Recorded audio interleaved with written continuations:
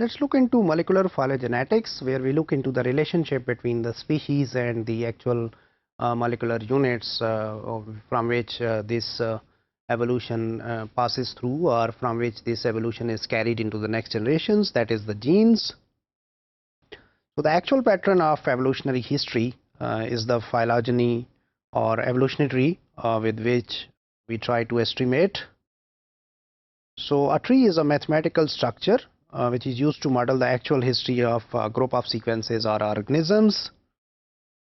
So there are three different forces which work in modifying this information which is present in the genome, or they try to change the genes. One of them is these expansions, that is the genes they get duplicated. The other one is deletions where the genes are lost. And the third one is horizontal gene transfer, or HGT, where the genes are transferred between different species. So for example, sometimes different microorganisms they shift the genes between different species, or they can carry the genes of one species. So in this way we can have these horizontal gene transfers. So molecular phylogenetical methods they allow the construction of phylogenetic trees from a given set of aligned sequences, while aiming at reconstructing the history of successive divergence which took place during the evolution between the considered sequences and their common ancestors. These trees may not be the same as the true trees, but in this way you can have a predictions, or you can estimate the actual trees while using these evolutionary trees which you reconstruct.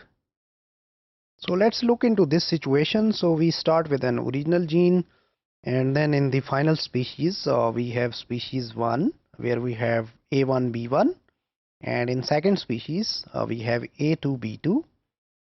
When we make their trees, we feel like the B1 in one species goes with the B2 in the second species. Same way A1 and A2, they are clustered together, and we believe they have a common ancestor A, whereas B2 and B1 might have somewhere they have B, and before that we take both these A and B, and they were actually coming from some original gene O. So if we look into A1 B1 A2 B2, all these things are homologs with one another. If we talk about A1 versus B1, since they are similar genes and they can be the diverged, and they are present within the same species, we can call them as paralogs. So these two, they are paralogs, and these two, they are paralogs. Whereas A1 and A2 are orthologs, they are present in different species, but they are similar copies. So this A1 and this A2, they are orthologs. Same way B1 and B2, they are orthologs.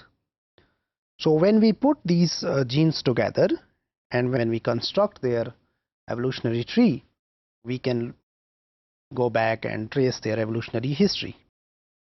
In this slide we see that the genes they get duplicated, and then these duplicated copies they can further diverge from one another. So this gene duplication as well as divergence can lead to speciation, so it can lead to formation of new species. So in this way, when we put those genes together, the actual genes, we put them together in a tree, we can trace back the history of speciation, and we can move back and where we can find where we might have expected some gene duplications over the period of time. Reconstruction of a phylogenetic tree is a statistical problem, and a reconstructed tree is an estimate of the true tree.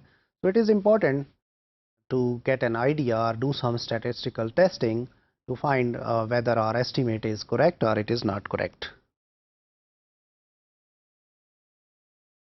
If we look into nucleotides versus amino acids, so which tree is better? So the idea is which one is more informative, where we can expect more divergences, where we can expect more patterns, or we can have more information where we can find the differences between two species.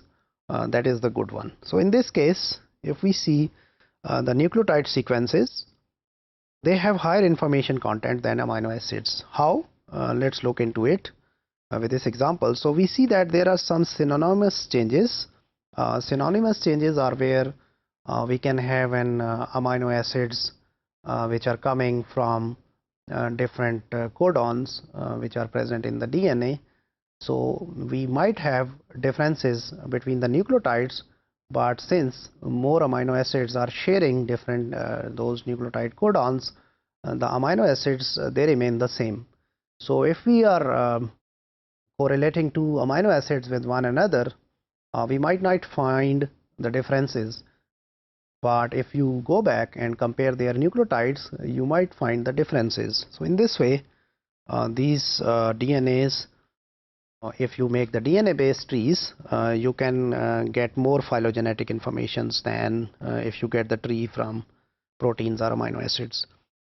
Here is the synonymous changes versus non-synonymous mutations. Synonymous changes, they alter the DNA sequence, but they do not affect the amino acid sequences. So for example, GGA, and in the second strand you have GGA. So you cannot, here we don't have any information since glycine and glycine they are matching. In the second you have GGC, where you have GCA, but if you compare their amino acids, you would say that they are the same. So in this way your alignment is good, and these are species where you believe or these sequences are coming from the organisms which you believe they are same or similar, since you cannot find the differences. But if you go into the DNA level, you will see there is a mismatch. The third nucleotide was C, and here the third nucleotide was A.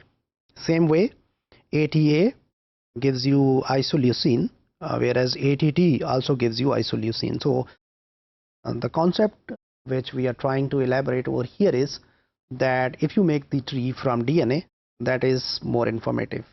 So molecular phylogenetics is the study of evolutionary relationships between genes and species.